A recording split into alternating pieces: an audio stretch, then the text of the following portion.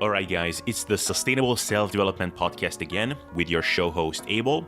You may not know who I am, and that's fine, but if you clicked here, you probably know who Dr. Mike Israetel is. And just know that I do interview some super smart people like Mike on a regular basis about getting bigger, leaner, and all that good stuff. And this channel is full of educational content about topics like this in general. So if you're new here, I encourage you to look around on my YouTube channel and subscribe for more content like this. Now, in today's episode, everybody's favorite topic continues, and that is training volume. What is the number of sets you should be hammering your muscle groups with? That is the big question you're all wondering about, I know that, and I'm on a mission to answer these questions. Last week, Menno Henselmans dropped some serious knowledge bombs on this topic on the podcast. I encourage you to check that one out as well, but this week it is going to be Dr. Mike Israetel. The big question we will try to get to here is, we all know that we should be trying to add weight to the bar. We all know that we should be doing more reps from week to week if we want to get bigger, but should we also try to add sets week to week? If this week you're doing 10 sets of chest work, should you try to do 12 sets next week and then 14 the week after? Is this the best way to get huge? Now, Mike has a compelling argument for this, but I will try to challenge him on that a bit in this episode, and let's see if I succeed. So I hope you'll like this episode, and with that, let's get into it. In your estimation, how important is training volume for making muscle gains compared to other factors such as progressing load and intensity of effort, or just intensity in general, so percentage of 1RM? A lot of factors to talk about. Like, what would you say? How important is volume? Compared to all of the factors you listed, it would be primary. It would be more important than those. Now, that's not to say that those others don't matter, but I can paint you a little bit of a picture of what the research shows, and it intersects with the experience of people who train and have been training for a long time, actually very well. This is one of those things that really for the first time in the last year or so, hypertrophy research has started to uncover a lot of the stuff that makes sense of some of the perhaps unconventional practices bodybuilders have been using for a little bit. Not all of them, because some of them just don't make any damn sense and they're not a good idea, but it does make sense of some of them that are almost universal, like high repetition training, for example. So essentially, the load on the bar does matter, and it's been shown relatively clearly that anything very far south of 40% 1RM probably doesn't gain you as much muscle, and maybe much less. The number of 30% 1RM has been thrown around, and I'm pretty keen on that number. I think it's right on. I would just tell the sort of a real world implication there is, if you're going less than 40% 1RM on a movement, on that movement's if that movement's 1RM, you're going to have to ask yourself what else you're doing to make sure that you're getting muscle growth out of it, because there's a chance there that the load is encountering a serious problem.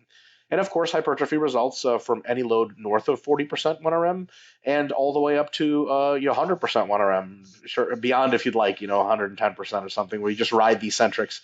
So that certainly works. And then for relative intensity, repetitions in reserve, it's pretty clear that anything that starts to challenge you is probably going to elicit quite a bit of hypertrophy.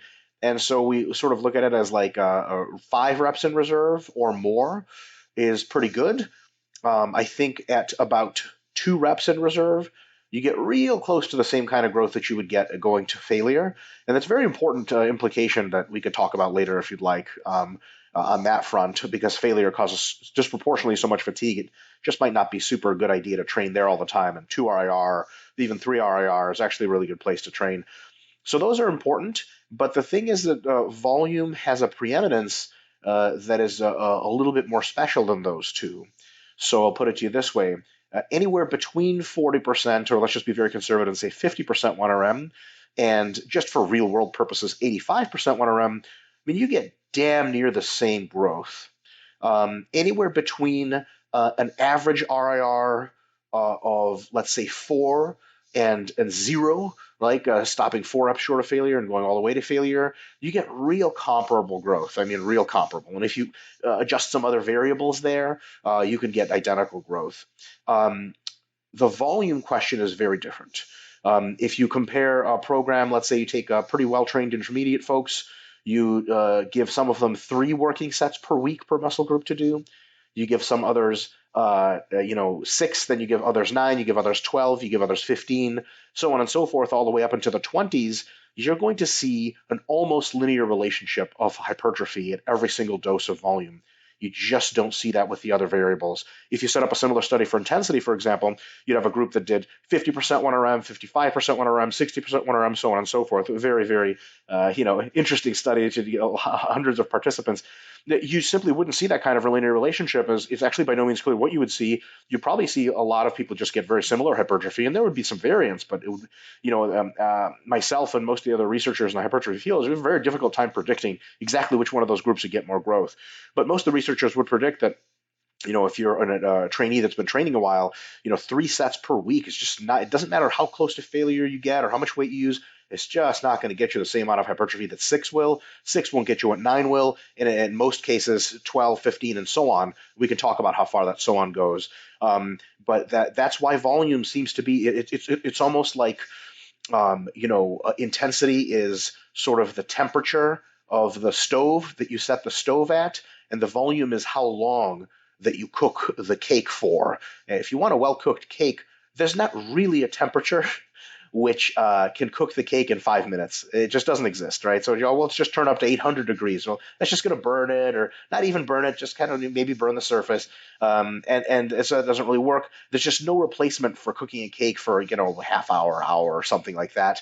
And how long you cook the cake really, really, really does matter. So I think volume is, because it's seen as a sort of a measurement of the dose of training you're getting. The dose of training is very important in a way for hypertrophy. Strength is a little bit of a different discussion. For hypertrophy, that is a little bit, it takes more preeminence than intensity, which is weight on the bar, or relative intensity, how close to failure you go. Now, those other things are important, but I would give them maybe 1/3 of the explanatory variance for muscle size, and I would give volume maybe 2/3 of the variance. So they're still very much a consideration, especially if you screw them up and train at 10% 1RM or 6 RAR all the time. You're definitely going to pay the price. But volume is just more important because it's more explanatory, and it makes a bigger difference if you change it. Right. So just before the next question I want to address to you, and that's one of my next kind of major questions, is to delve into your specialty, which is kind of the volume landmarks concept, because that would be good to kind of overview. But just before that, what would you say, obviously there are always outliers on whatever we are talking about. There will always be people that are exceptions that prove the general rule. But what would you say about people like either like something like Martin Berkhan, or even someone like Jeff Albert, who is one of the members of the 3D Muscle Journey, like Eric Helms' coaching group? There are people who seem to be just making excellent progress for not only years, but for decades on really low volumes. Speaking of Jeff Alberts, I don't think he ever reached like 10 sets per muscle group per week for the most part, and he has made excellent progress. Is he just a freakish outlier who is responding really well to low volumes? Or how would you explain something like that? Yeah, totally. I don't even think we have to say freakish outlier. I don't think we have to say outlier at all. I think there's a normal distribution about every single human variable that can be measured. And in the case of volume tolerance, I've seemed to suspect that it's pretty wide. So the variation or standard deviation of that normal distribution is quite large.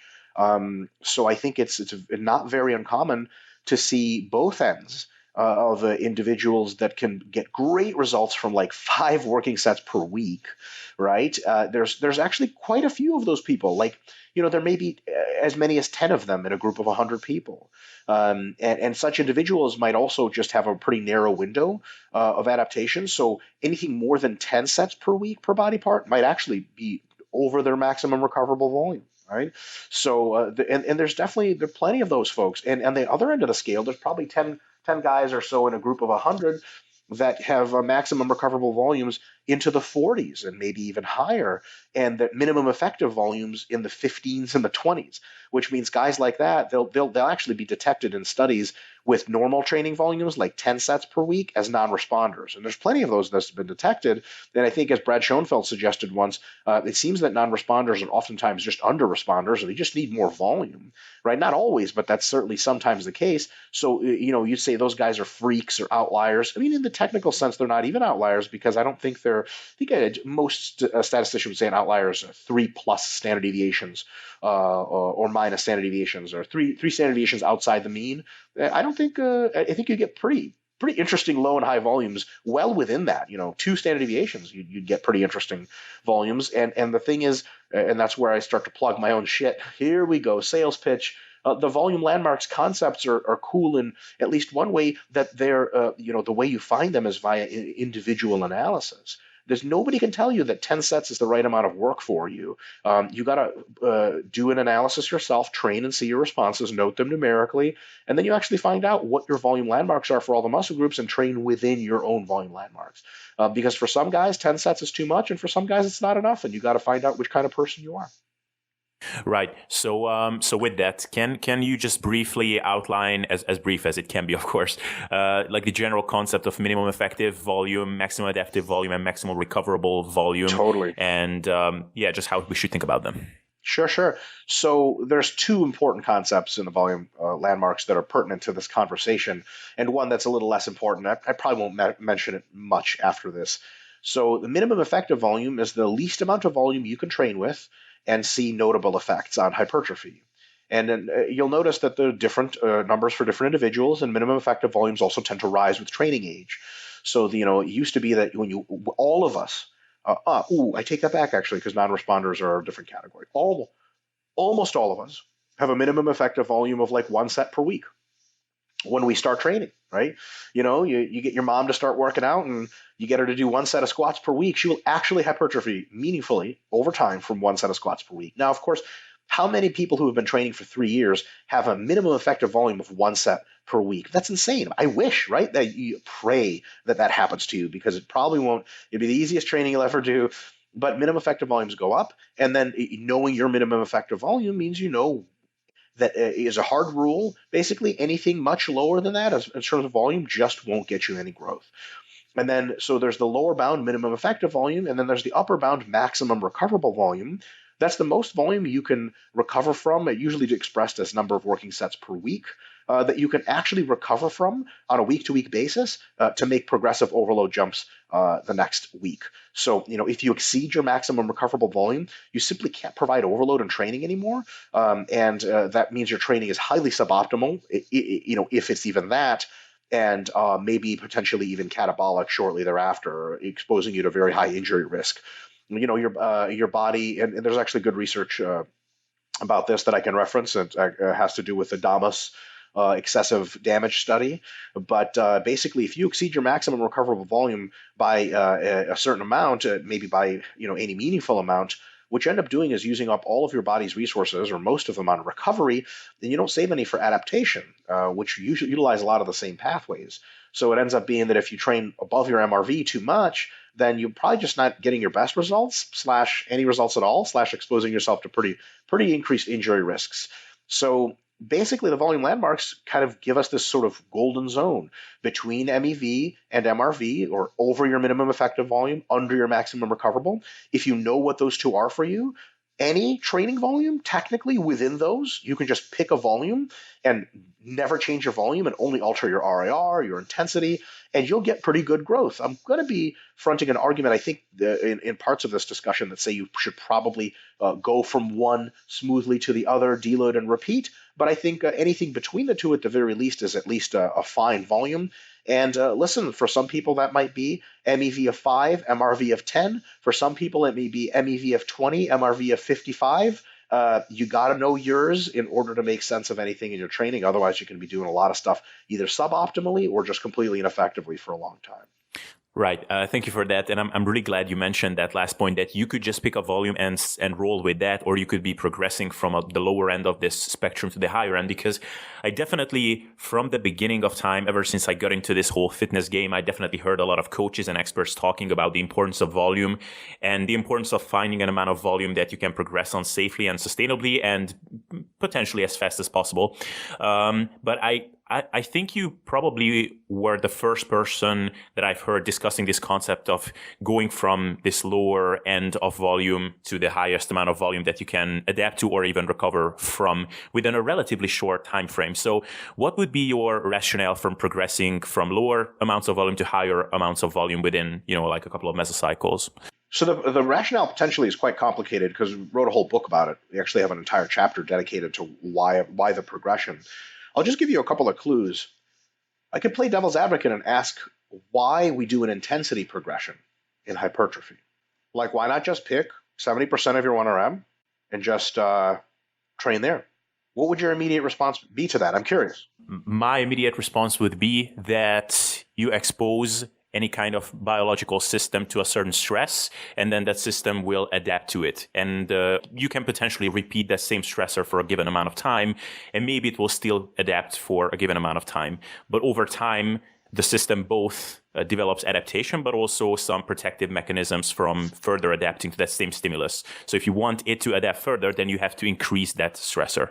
Yeah. I'm not so sure why that doesn't apply to volume and why people seem to apply it to intensity exclusively often and not to volume, right? To volume is much more fungible in the sense that you can alter it much more greatly, usually. You can double your volume in a program over several weeks. You can't double your intensity, right? Unless you're just playing around in the first couple of weeks. So people will say that, it's progressive overload. You got to put more weight on the bar. And for strength, they have a very good point. For hypertrophy, they have a good point, but we pretty much know that hypertrophy occurs by lifting heavy-ish for just time and volume. And making the weights heavier is probably important to hypertrophy, but probably not central to it, as long as you don't let the weights get too light so that they fall out of that, the bottom of that 30% range. You're probably just going to keep getting more jacked. Is there an optimal way to progress with weights? Probably. But in just the same way, I think there's no reason to think that there's not an optimal way to progress in volume. And the real kicker here is the following. Yeah, you can actually get decent gains just by sticking to one volume and periodically over several months raising it as needed, right? That's totally fine. You can also get decent gains doing that with weight on the bar, and almost nobody does that, right? Abel, most people go in and they put 2.5 kilos on the bar every week, or maybe every other week, or maybe 5 kilos, and then they change exercises and they repeat the process, so on and so forth. So I think that both positions are as easily defendable, maybe even more so for the holding the weight constant and moving the volume around. But this is where I kind of actually made a note to talk about some things here. This is where we transition to the part of the discussion, which is a little bit more theoretical, but I think it makes a lot of sense. So when we're saying, let's just train at a volume that's good and alter intensity or relative intensity or whatever else, we're actually making a claim that let's just, for argument's sake, say we're training somewhere in the middle between our MEV and MRV. Would you be comfortable taking that as a thought exercise? Okay, so perfect. So we're in between MEV and MRV, right in the middle, and we're saying this is really the place to train. So let me tell you this. I'm not arguing against it in the sense that I don't think it's a bad idea. I just think it's not the best idea. So it'll work for sure. It'll work great. Here's a couple of things that we're missing out on. I'll talk about the close to MRV stuff first, because I'm actually here to sort of, I think, defend lower volumes. But I'll talk about why it's best to train at volumes higher than just your sort of maximum adaptive volume in the short term, sort of the middle of the MEV MRV. As you get closer to your maximum recoverable volume, you start to really push the physiology further than it's used to going. There is some decent evidence that real pushes outside the comfort zone physiologically, perhaps involving some muscle damage, result in a myonucleation that does not result from conventional training or nearly as quickly from conventional training. So there's something to be said for hard training. A couple of studies put together can show us just probably a little bit to an overreaching effect for hypertrophy, which means that we're basically it's a pretty good good idea, perhaps, to really do a lot of volume at some point and then really back off, and that'll give you gains that last for a long time, actually permanent gains that you maybe wouldn't have been able to get as much of those gains if you stayed with moderate volumes. And here's the last point. That there's many other points in various books that I've written, especially the Volume Landmarks book. But the last point I'd like to front today is, if you are going to be deloading in 2 weeks, right? You got 1 week of training left, and then the next week after is, in a week, you're going to be deloading. How should you train in this next week? Well, you're going to drop a lot of fatigue anyway, so you have a little bit of a window to really fuck your shit up. The question is, why would you just stay at a moderate volume if you could make a superlative stimulus to get an overreaching effect, and heck, not even overreaching, just get those better gains at the higher volumes? You're simply following progressive overload, right? If you say, I'm not going to overload on RIR ever, I'm just always to RIR, that's a fine idea. If you say, I'm never going to overload on weight, just going to use 75% when around, because okay, it's by itself not a terrible idea. If you say I'm never going to overload on volume, I'm just going to do 15 sets a week all the time, that's a fine idea by itself, but other things have to be overloading, right? All those three together, and all of a sudden you have a really shitty program. It's going to work well for 2 months, and then it's just going to do barely anything, right? So when we're saying why are we moving along in volume over the short term, it's for the exact same reason that we move over RIR and we move over intensity, is because we're presenting an overload. The volume that got you your best results last week is no longer that best result volume for next week. You have to do more, right? If we're going to say that you have to go closer in RIR, which is probably true, to get your best results, and if we're going to say we have to put a little bit more weight on the bar, which is probably true, why aren't we saying that you have to do a little bit more volume? I mean, volume is the most closely tied of these to hypertrophy altogether.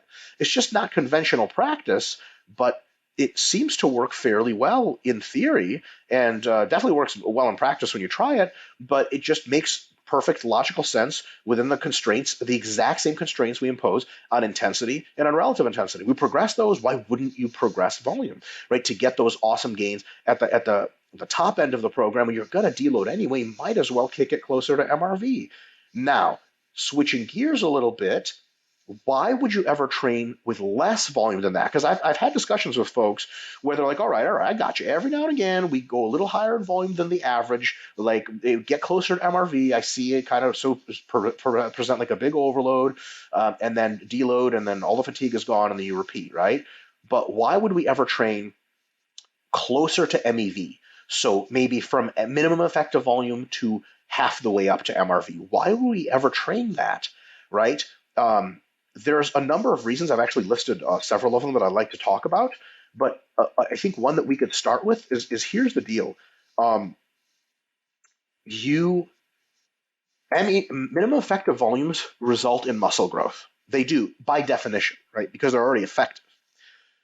They don't result in optimal rates of muscle growth. The growth, they actually result in minimum rates of muscle growth. But as you go from minimum effective volume closer to the middle of that range, you get sort of better hypertrophy results. But here's the real kicker. Here's the real advantage of sometimes going that low. It is the following. When you train at those volumes, your risk of the fatigue is incredibly low. Your risk of injury is incredibly low. Your risk of wear and tear, or the total wear and tear, is incredibly low. And here's the thing. You're getting gains. Almost guaranteed gains, because by theoretical definition. So when someone tells you that their minimum effective volume is 10 sets per week, and they start every training block with 15 sets, you can ask them, so why don't you go down to 10 sets and just work up to 15 and then eventually up to 20 and deload? They're going to be like, fuck that. Why would I go down there and get those super easy, almost effortless gains that require very little work and very little injury risk? Wait a minute, those are fucking awesome gains. I want those fucking gains. If the only way to make gains was to put your body on the line every week, that would suck, right? Imagine a world in which humans had to train at their MRV every week and then deload every other week. That would blow. Training closer to minimum effective volume is the very opposite of that.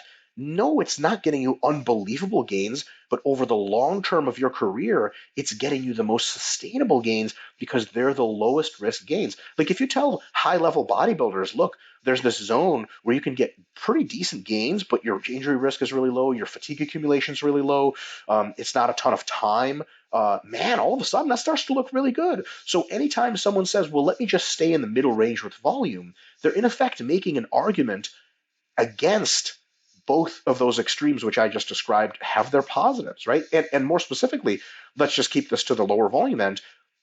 You're going to argue against getting those easy injury-free gains. That's a tough argument. Does that make sense? Yeah, that was really well laid out, and I have just a couple of follow-ups or one in specific. Just to not to play devil's advocate, but just to Please play devil's advocate. yeah. It might not be the right term for the question that I'm about to throw at you, but Okay. I'm basically just trying to outline a rationale for what I think the rationale is for the people who say that it does make sense to increase load week to week, but it might not make as much sense to increase volume week to week. Sure. So if you, let's say, increase the load on the bar by 5 pounds, that might be 2% increment in load and volume overall. Now, if you add in another set, that's a much bigger percentage increase in the overall stress that you put on the tissue. And I can definitely see the point for doing more volume over the course of your training journey as a lifter, because we know, or we seem to know at least, that your anabolic signaling is lowered from training sessions as you become more advanced, and you also become more resistant to training stress. So it makes sense that over time you do need more volume, but that you would become resistant to an amount of volume that just a few weeks ago you made optimal gains on just in a couple of weeks. That might be a little bit more contentious. So how would you respond to that? Sure. I'll take the second one first. Volume resistance is a almost nonsensical concept. After you take a full week of deloading, you lose a considerable amount of volume resistance. I am of the opinion that volume resistance does accumulate over months and months beyond what deloading can set back, and I think an occasional low volume phase of 3 to 4 weeks is a good idea. But after one of those, dude, you're going to be getting sore from like half the volume you used to. I'm sure you've taken training breaks before, Abel, yourself, or lower volume breaks. You come back and do a workout that's actually quite easy. You get like the gnarliest pump ever after 3 sets of squats. You're like, oh my God, I think I'm done here today. Like, I can't believe it. I'm so sensitive to volume again. Volume sensitivity can be rebuilt with periods of lower training volume. And here's another awesome finding. Periods of lower training volume do not result in muscle loss if you're doing things remotely properly. So that can be reset. No problem at all. Can it be fully reset? No, but no one's ever made that claim.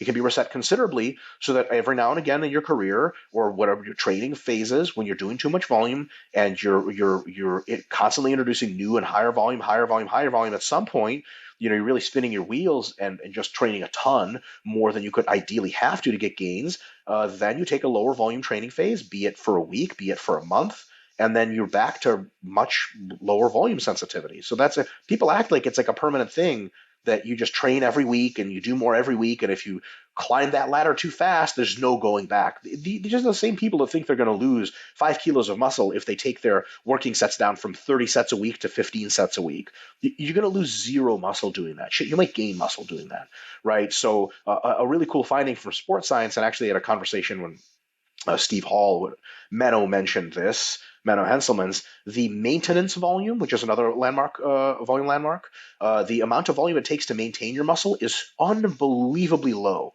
for almost everyone, especially relative to the size of their MEV and MRV for high-level athletes. If you've been training for 5 years, 10 years, your maintenance volume may be like 6 to 8 sets per body part per week. Okay, your MRV might be 30 at this point. Your MEV might be 18 or 20 or something. So it takes preposterous little. Volume tolerance is a non-issue in the long term. Does that address the volume tolerance part of it, or should I explain further? One other point that it would be cool if you could argue for or defend is the question of, okay, let's say that I start out a 4 to 6 week mesocycle, and let's say I start out at 10 to 12 sets. Like, what makes you confident that 12 sets, let's say on week 2, that's the most optimal amount. That's right in the spot for my MAV, my maximal adaptive volume. What makes you confident that, let's say, 4 weeks later, that is no longer my MAV, that I adapted so quickly my volume tolerance or resistance, whatever you want to call it? Yeah, I'm not super duper confident about that. I think that you can train at a certain volume and progress in intensity and RIR and still get really, really good gains.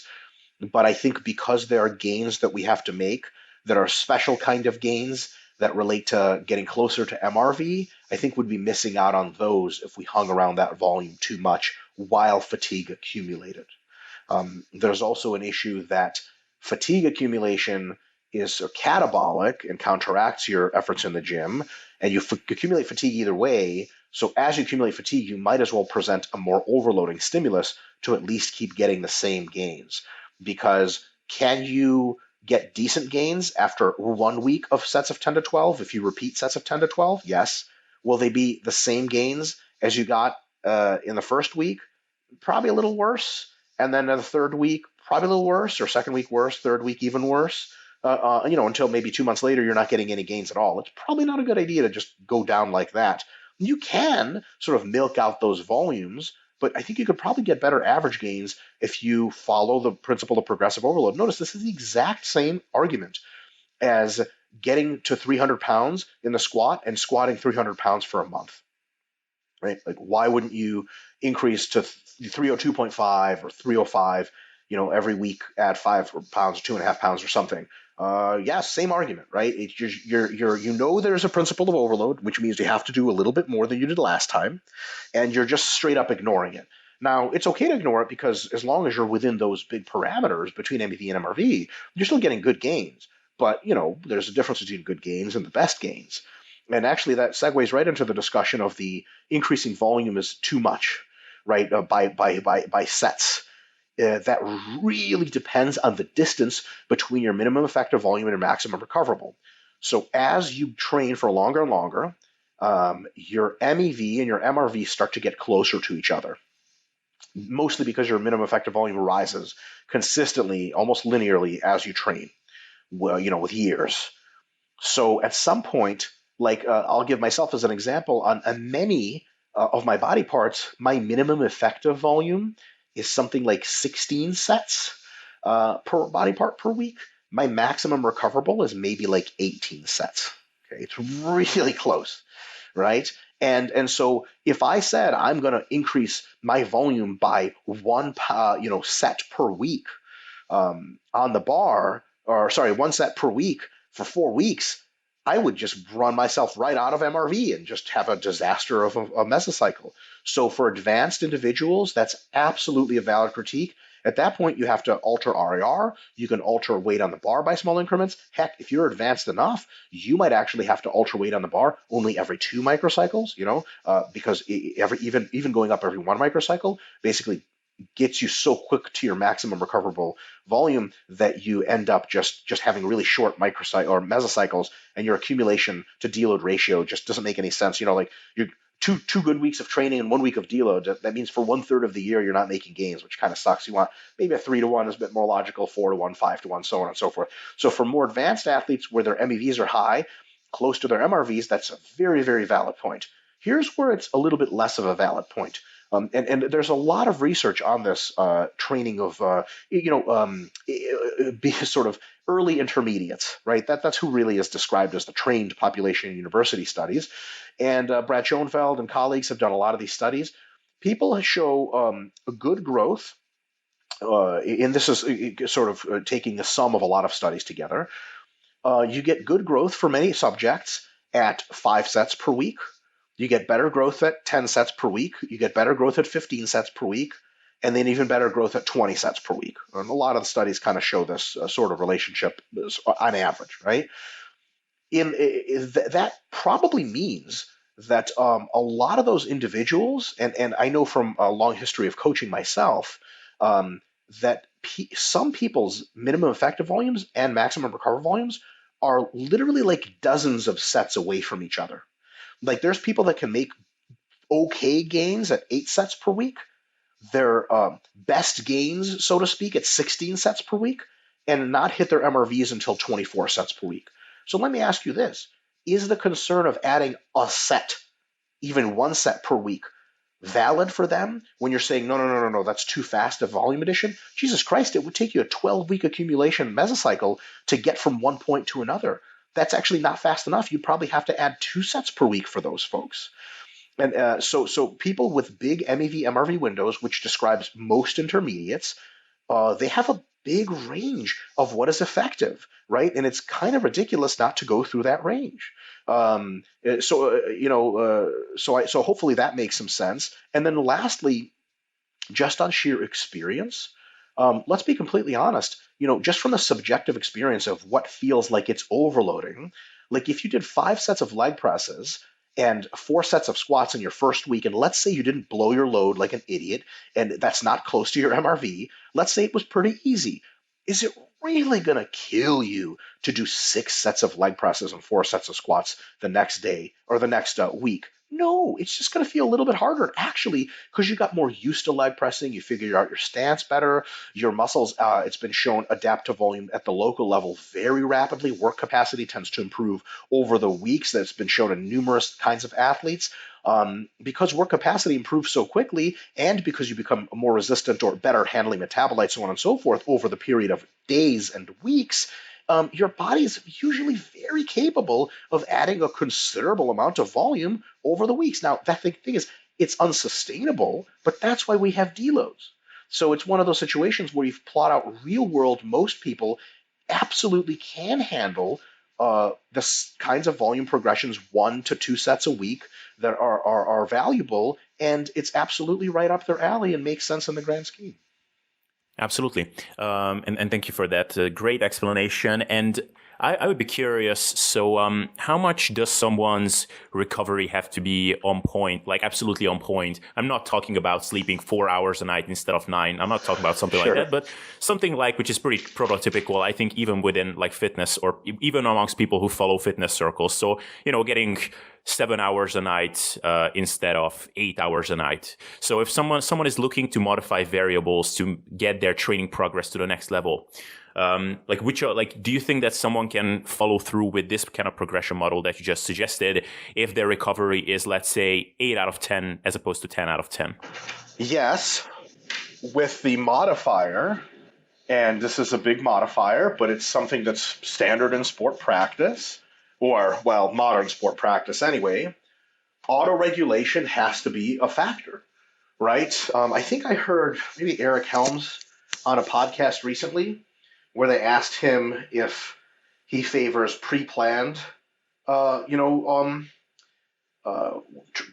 design or auto-regulated program design. And he kind of sighed, maybe because he's answered that question about 1,600 times. And he's like, well, ideally both. It's not either or. So what I don't want people to take away from the volume landmarks is the following. I don't want people to think, okay, my minimum effective volume is 10 sets per week. My maximum recoverable volume is 20 sets per week. And if I'm doing a 6-week accumulation phase, I go 10, 12, 14, 16, 18, so on until I deload and repeat. Yeah, in an ideal world, that's awesome. But based on how you're recovering, based on your perception of effort, based on your performance, you actually can auto-regulate that process of movement generally from one landmark to the other. So in other words, you start with 10 sets per week, and it seemed like maybe you kind of made it a little bit of an error. You thought your minimum effective volume was 10 sets, but man, you got really sore from that volume on average, and you got really pretty fatigued. Like you didn't think you were going to get that beat up. So you're like, man, I don't think that was my MEV. For whatever reason, I think that's changed maybe because I got stronger over the last couple of months. But I actually think my minimum effective volume must have been lower than that.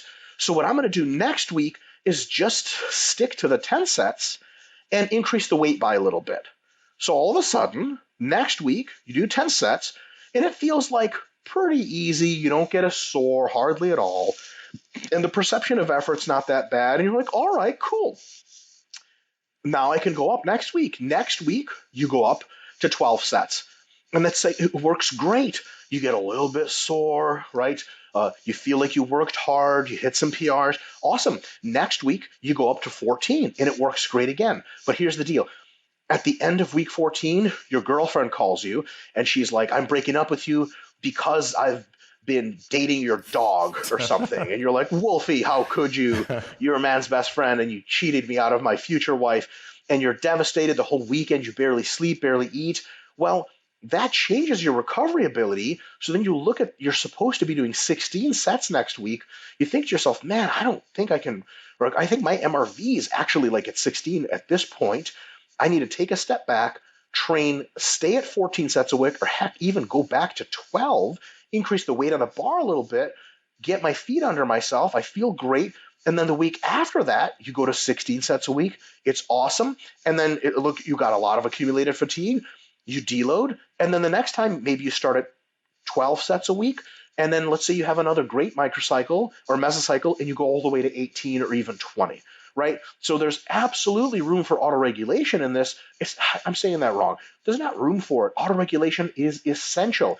And the number of sets that you go up week to week should be autoregulated.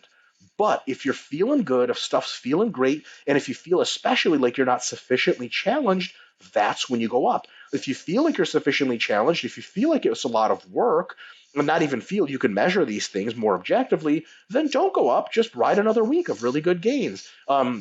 Shameless plug, in our products at Renaissance Periodization, we have the male and female physique templates. They actually they only have a minimum effective volume. There is no maximum recoverable volume prescribed. There's just autoregulation at every single workout as to, hey, how was that? How sore did you get? How much work did you feel like that was? How big of a pump did you get? When you answer those questions, it basically programs the next week for you based on how you answer them. So if the one week really messed you up, you're not going to go up in volume. But if one week was pretty easy, you are going to go up in volume. So it's always mobile, always autoregulated, with the goal of a smooth but adjusted transition from MEV to MRV. Perfect. Thank you. And that was a great response. And just before, I definitely want to ask you about this new 45 sets a week study. But before that, to kind of put up a point at the end of this, because, you are talking to a really large audience, but fundamentally your message is for the most part geared towards people who are looking to be their best at training. But there are a lot of people who consume your content who are sort of the average trainee who just want to look good at, a pool party when they take off their shirt. So if we take, to quote from one of your volume landmarks articles, let's say your chest MEV, so minimum effective volume, is 10 sets. Your MAV is somewhere between 12 sets and 20 sets, and then maximum recoverable volume is 22 sets. Let's say that, as you said, you will make the most optimal gains if you progress from minimum effective volume to maximum recoverable volume. But how would that compare to someone who just says, okay, I'm just going to find the middle range of my maximum adaptive volume, so I'll just do 15 sets and I'm just going to do weeks on end and months on end even. Like, how much faster progress would you say the former person makes who progresses from one end to the other? Yeah. It's hard to put numbers on it. The person who progresses from one end to the other will make meaningfully better progress. Maybe towards the end of a career, this would be a difference of 10 to 15, 5 to 15 pounds of muscle, right? Which is quite a bit. But it's not going to make the difference between you being jacked to shit and looking like you don't lift. So you still get very, very good results just sticking to the mid-range. And actually, a very good question that you asked. For those folks that just want to look good and don't want to piss away all their time in the gym, I would actually recommend staying closer to MEV for them.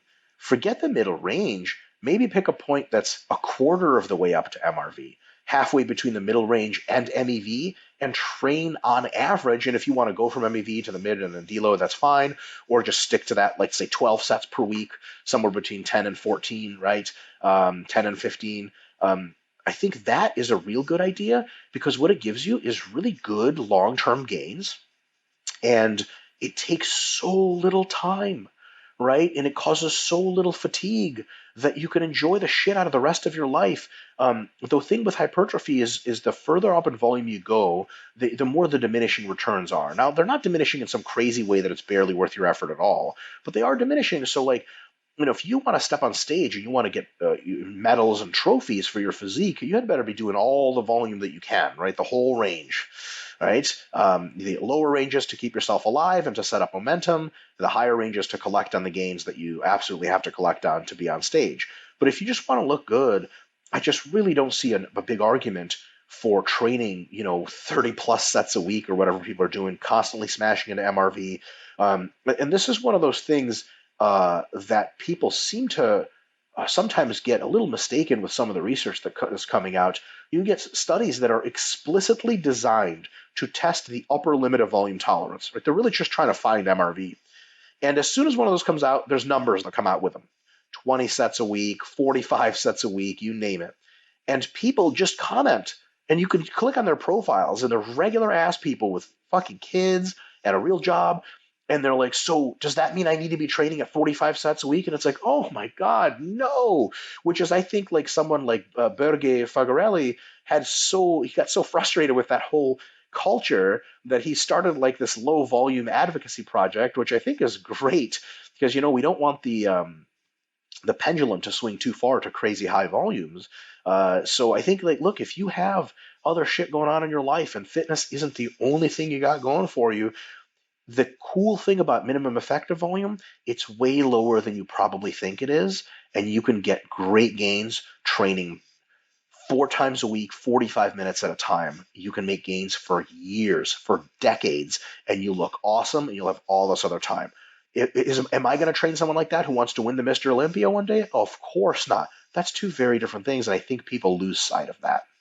Yeah, that's beautifully said. And so you said like the end difference would be something like 15, 20 pounds potentially, which is a lot of muscle, like definitely. Yeah, but that's after decades, right? So that means after a year, it's like a pound of muscle. So like, who gives a shit? Yeah, exactly. Yeah. So let's say we take the average guy, average intermediate lifter, who is probably going to be the one listening to this, had been training, let's say, from anywhere between 3 to 5 years or something, and is looking to put on 5 pounds in a good year. Like that's a really good year. So would the difference between an MEV focused setup and doing everything optimally be something like 1 or 2 pounds of muscle per year? Yep, I think so. Probably more like 2. Yeah. If you really go MEV versus the whole range, I think it's more like 2 out of 5. So for intermediate, if they stay close to MEV, they can get maybe 3 pounds of muscle. And if they really push it, they can get 5 pounds. And these are just averages. Like some people, it's going to be a really big difference. Some people, it's going to be almost no difference. And a lot of that, it really just depends, Abel, on how far apart your MEV and MRV are. If your MEV is a 10 and your MRV is 30, it's going to make a real big difference. Like if your average volume is 12 versus if your average volume is, like somewhere in the 20s, then that's you're almost doing double the volume with that other program, and that's going to result in 1.5 times the gains or something, right? But if your MEV is like 8 and your MRV is like 12, it's a moot point. Which is interestingly why a lot of very advanced bodybuilders are advocates of not moving from one volume landmark to another, because in their recent memory, those volume landmarks are so close to each other, there's just nowhere to go. Does that make sense? So technically speaking, if you always train really close to MEV, you'll eventually get to where that number almost is your MRV. But that means you're going to add muscle sort of really, really slowly. You're almost designing your program to add muscle as slow as possible. If that's what you want, cool. That's just not what a lot of other people want. You know what I mean? Yeah, absolutely. And the good news is that if the difference between your MEV and MRV is that big, then you will kind of find it out intuitively, because your training session will just feel so easy, and you will never feel like you're working hard. So you will intuitively increase the amount of work you're doing. So. Yep. What's funny is having had clients that are like that, it's really interesting. You start them at 10 sets a week, and you do that for a while, and they're like, yep, feel good, I'm making gains. You see that their rep strength is moving up slowly. And then you go to 12, and they're like, I feel fine. And you go to 14, they're like, I feel fine. And you're like, all right, this got to break sooner or later. You're up to 28, and they're like, oh, I feel like shit. And you're like, look at their numbers, and like, you're still getting stronger. And they're like, yeah, I hate training like this. And you're like, okay.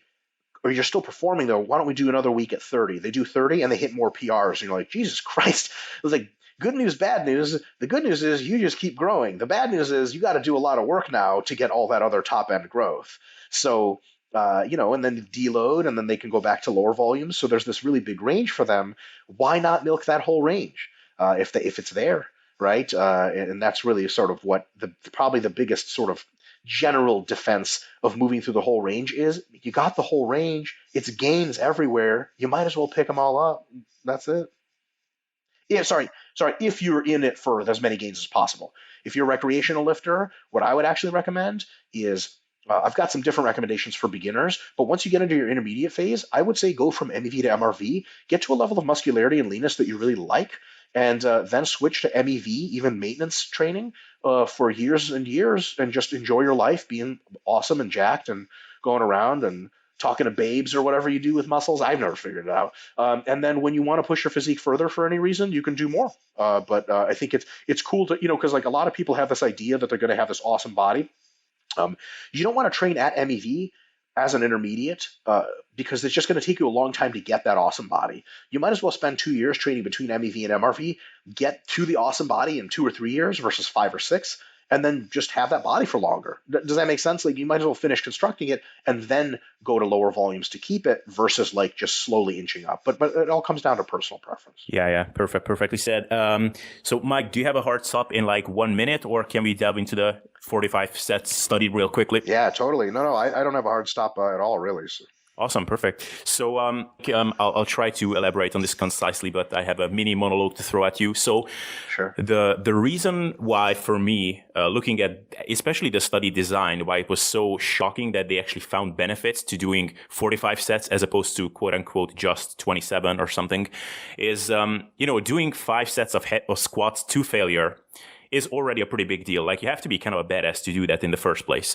Then doing 5 sets of leg presses, like if you do that, Mike, like I'm like, yeah, sure, like he's one of a kind. But most people are either not going to push themselves hard enough if they do something like that, or their performance is going to suck so badly that it's going to be counterproductive. And then doing 5 sets of leg extensions, like it's just insane. But doing all of this with short rest periods, so I'm assuming someone like you could do this, but it would take you quite some time to complete a workout like this. So if the average trainee came to me and said, this is how I'm planning to progress for 8 weeks, I would say, I mean, if you're not going to get injured or not going to throw up all the time, you're probably not going to grow from this very much. But the fact that they not only grew, but they grew a lot, I honestly have a really hard time explaining how this was possible. So what do you make of this personally? Yeah, the good thing about individual studies is we don't have to explain them at all. And I mean at all. Only value of science, 99% of the time, is the total consensus of the whole body of evidence, right? Not to be confused for an excellent film in the 90s with Madonna in it, which was pseudo-pornographic, called Body of Evidence, I believe. It was a reference to her body, but that's neither here nor there. So what you want to do is look at all of the studies that have been done on training volume so far and consider that in science, every now and again, you get a study that's just really quirky. Or it's not really quirky, and it turns out there's some stuff about volume and volume tolerance we really don't know, and this study has showed it. But if we rack our brains with speculation too much, we're going to realize that it's kind of fruitless anyway. So what are some of the potential things that happened in that 45 set study? Well, first of all, the people probably weren't very strong. Right. And if you're weak, you can do a lot of shit. Like I know a bunch of female clients that I've had that could survive 45 sets a week in legs, no problem at all. They just walk through a workout like that. They just don't have the ability to disrupt homeostasis enough to really matter at those volume levels. So maybe the folks in this study were just not super strong. You don't know what they mean by squats. Could be squats to parallel, could be full squats. I doubt it was full squats. Sometimes people say parallel, but it turns into a 90-degree squat, which is way above. You don't know the range of motion on the leg press. Leg extensions are easy anyway, so all of a sudden we have an easier out. Loads are usually auto-regulated at most extents in the study. Like they pick whatever load the subjects feel like they can get sets of 10 with. So the load might have gone up and down through the study, which would be a form of auto-regulation itself, and manage some fatigue, so on and so forth. The degree of what you call failure. And there's a variety of protocols you can use in the laboratory to figure out what it is that is failure. One of the classic protocols is you have several research assistants yelling at the person every single set, like war shit, swearing, borderline threats, so that the person bleeds into the bar and gives as much effort as possible. That may have been used in a study, I'm not sure. More likely, it was like they were like, okay, go until you can't anymore. And the person got to be a little shaky and they're like, come on, one more, you got it. And they did it and then they racked it, right?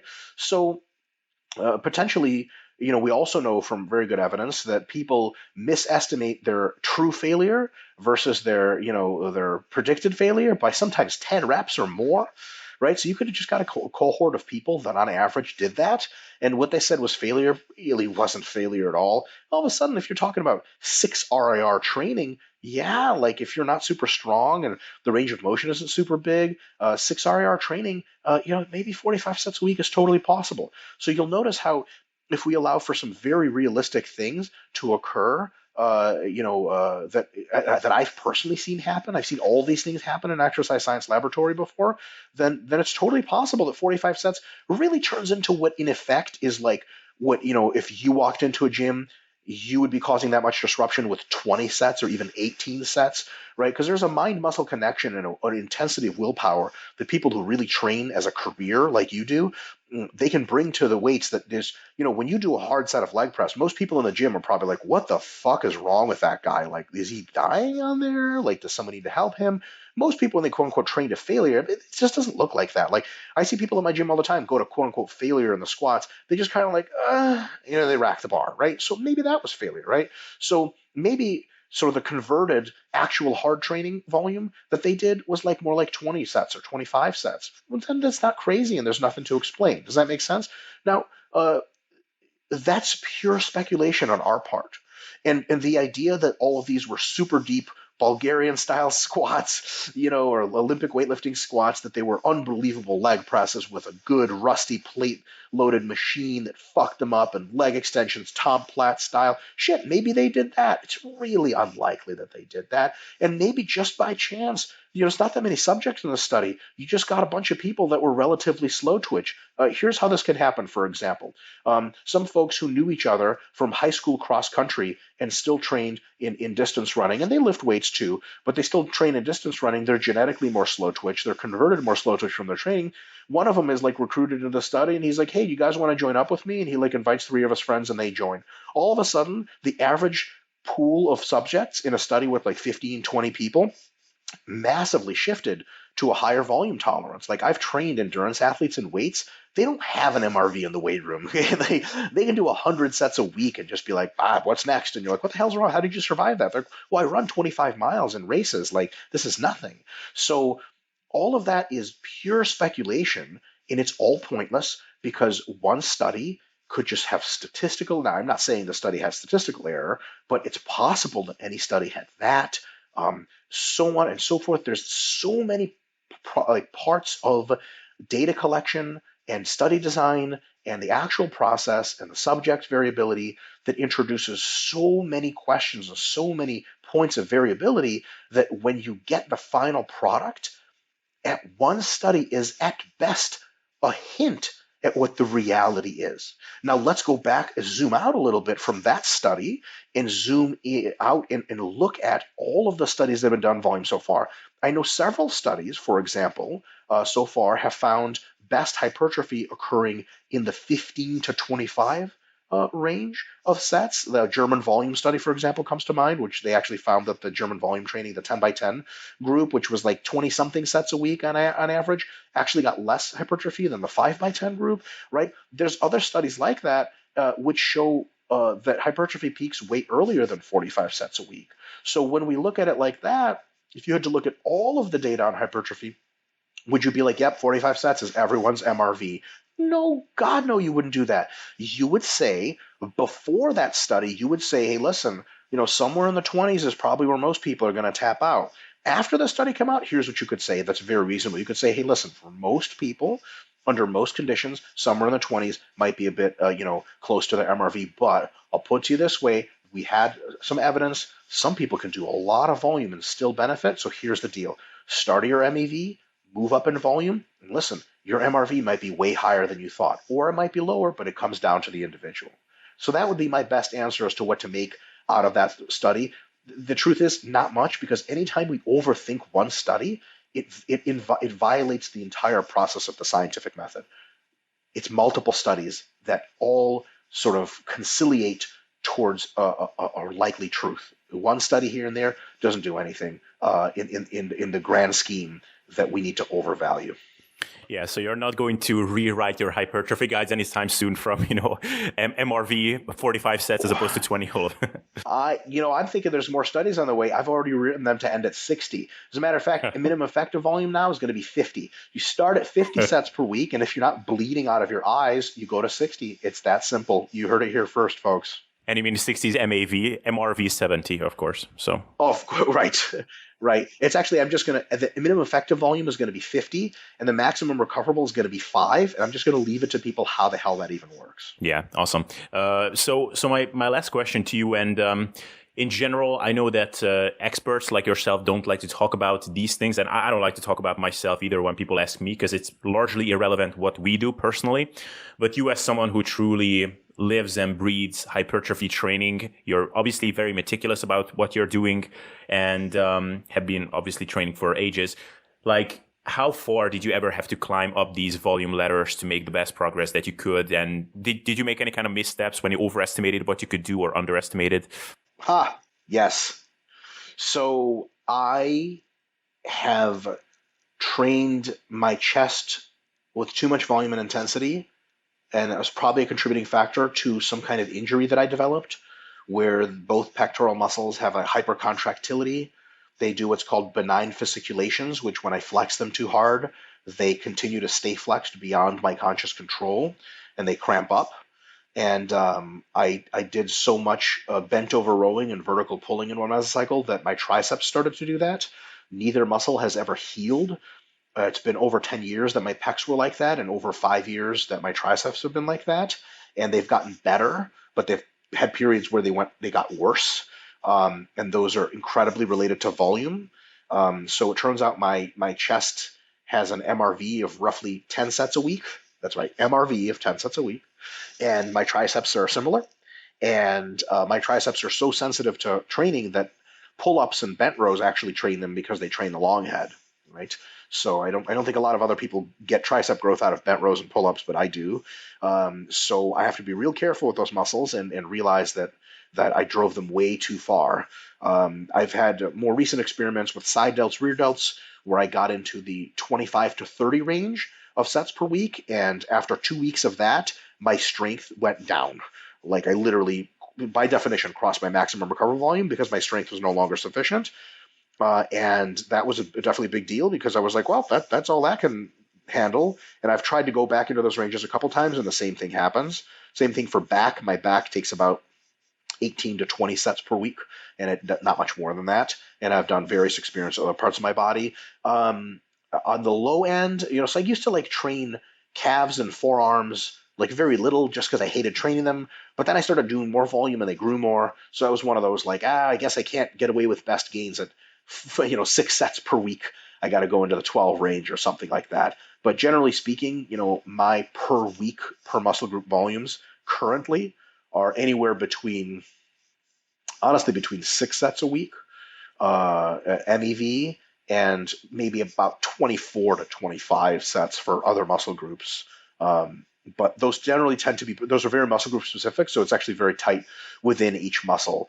Anything much less than like 16 sets for side delts per week doesn't really get me much growth at all, perhaps any growth, and nothing much over 28 gets growth. So it's not a huge window there. It's a pretty decent window.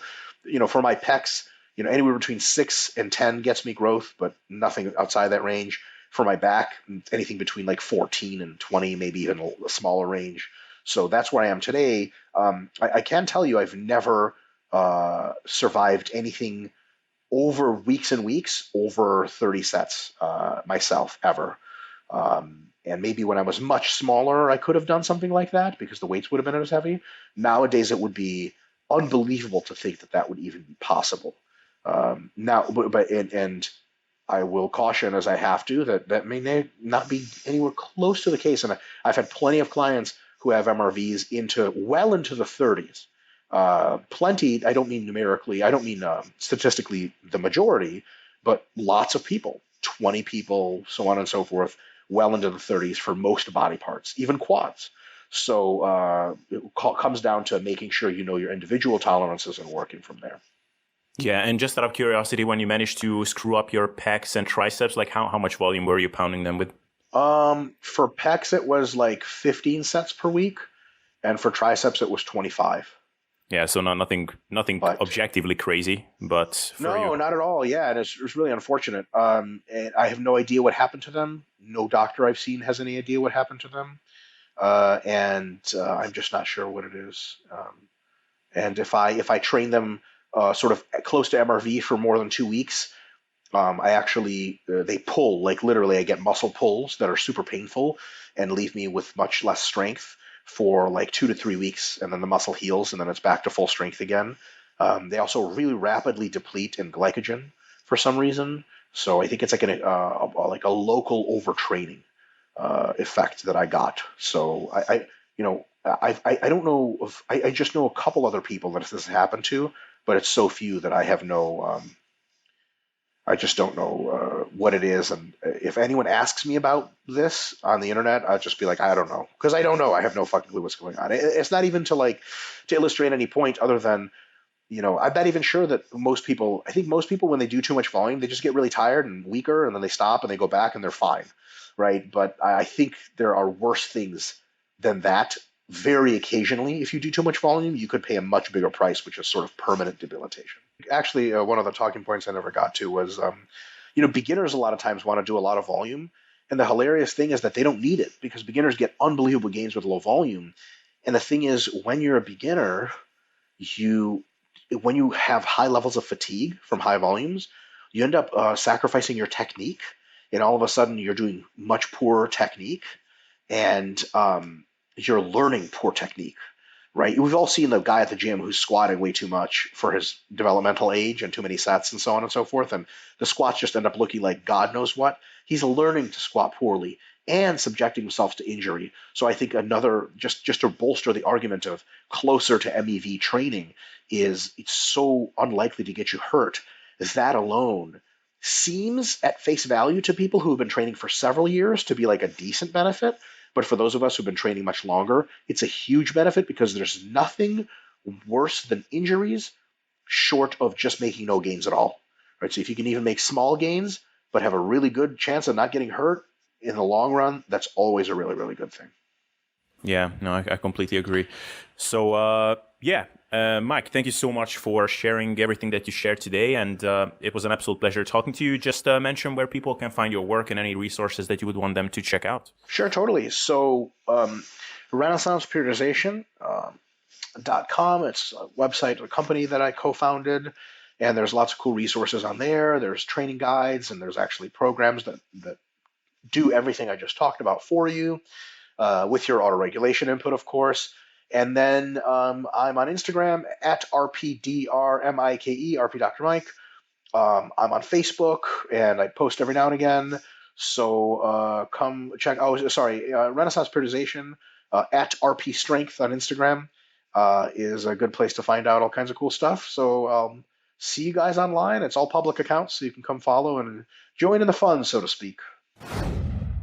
All right, I hope you liked this episode with Mike, and if you did, and you'd like to be up to date on similar content going forward, consider hitting that subscribe button and that bell notification icon too, to be up to date when content like this comes out in the upcoming time period.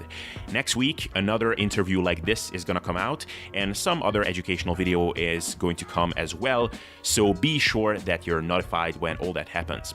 So once again, thanks for checking this video out and being here, and with that, see you next time.